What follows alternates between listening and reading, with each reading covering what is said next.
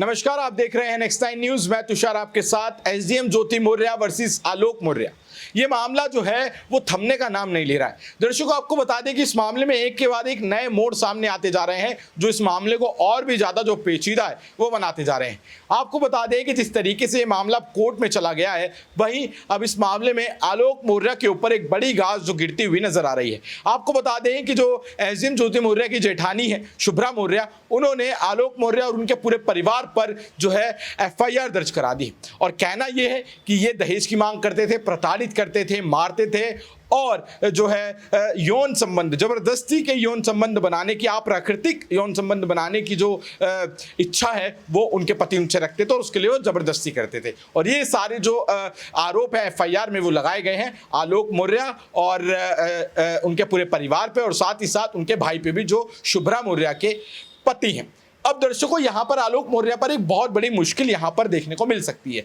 क्योंकि यहां पर दो घर की औरतों ने उनके घर पर सेम आरोप लगाए हैं और सेम तरीके के चार्जेस यहां पर लगाए गए हैं। और इससे ये साफ साफ कहीं ना कहीं अदालत को ये संदेश जरूर जाएगा कि अगर दो औरतें इस बारे में ये बात कर रही हैं तो क्या पता वो परिवार वैसा ही हो। लेकिन दर्शकों, आपको बता दें कि यहां पर एक मुश्किल जो है वो ज्योति मौर्य और शुभ्रा मौर्य के लिए भी खड़ी हो सकती है, क्योंकि ये देखा गया है कि जिस तरीके से यहां पर एसडीएम ज्योति मौर्य ने जो आरोप जिस तरीके से अपने पति आलोक मौर्य और अपने पूरे परिवार पर लगाए थे, उसके पूरे परिवार पर लगाए थे, वही सेम के सेम डिट्टो कॉपी जो है वो शुभ्रा मौर्य भी लगाती हुई दिखाई दे रही है। क्या लगाए थे? एसडीएम ज्योति मौर्य ने लगाया कि आलोक उनसे दहेज की मांग करता था, सेम बात शुभ्रा मौर्य ने भी कही। एसडीएम ज्योति मौर्य ने कहा कि झूठ के बेसिस पे मुझसे शादी की गई, सेम बात शुभ्रा मौर्य ने भी कही। एसडीएम ज्योति मौर्य ने कहा कि इनका परिवार मुझे मारता है, प्रताड़ित करता है, दहेज की मांग करता है, सेम बात जो है वो उन्होंने भी कही, शुभ्रा मौर्य ने भी। तो ये सेम आरोप जो लगाए गए हैं, इसके पीछे भी ये एंगल भी सामने आ सकता है कि क्या ये सोची समझी साजिश तो नहीं है,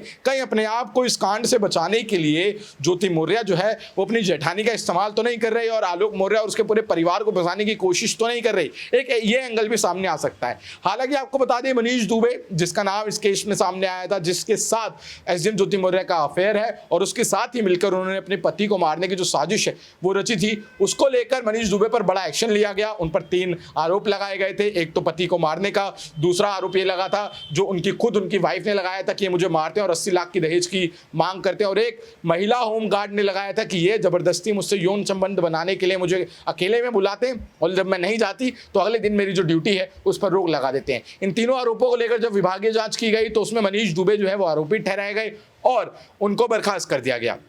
साथ ही साथ आपको बता दें कि उन पर एफआईआर भी दर्ज करा दी गई है और अब उन पर जो कानूनी कार्रवाई है वो भी तेजी से चलनी शुरू हो जाएगी। लेकिन एसडीएम ज्योति मौर्य का क्या होगा, जो इसने अपने पति को धोखा दिया? पति का कहना है कि मैंने अपनी पूरी कमाई, पूरी मेहनत लगा दी, लेकिन एसडीएम बनते ही इन्होंने मुझे छोड़ दिया और जिस तरीके से इन्होंने मुझे छोड़ा है वो ये दिखाता है कि कैसे एक महिला ने यहाँ पर एक पति का जो है वो दिल दुखाया है, वो बेवफाई की है। हालांकि इसके बाद भी आलोक मौर्य का कहना है कि मैं सेटलमेंट करने को तैयार हूँ, बशर्ते वो पहले जैसी हो जाए, यानी कि वो सब कुछ भुला कर एक बार फिर से चीजों को पहले जैसे ठीक करने की कोशिश करे तो मैं सेटलमेंट करने के लिए तैयार हूं, क्योंकि मैं अपने बच्चों के लिए यहां पर जो है समझौता चाहता हूं और किसी के लिए नहीं। दर्शकों, आपको बता दें कि इस मामले से एक और मामला सामने आया था जब एक और ज्योति नाम की लड़की जो है वो बिहार की रहने वाली है, जैसे ही वो दरोगा बनी उसने भी अपने पति को छोड़ दिया और अपने एक नए प्रेमी के साथ हो गई। यानी कि इस मामले से और भी कई मामलों की खबरें जो है वो सामने आती जा रही है, यानी कि समाज में एक संदेश जा रहा है। अब वो संदेश सही है या गलत,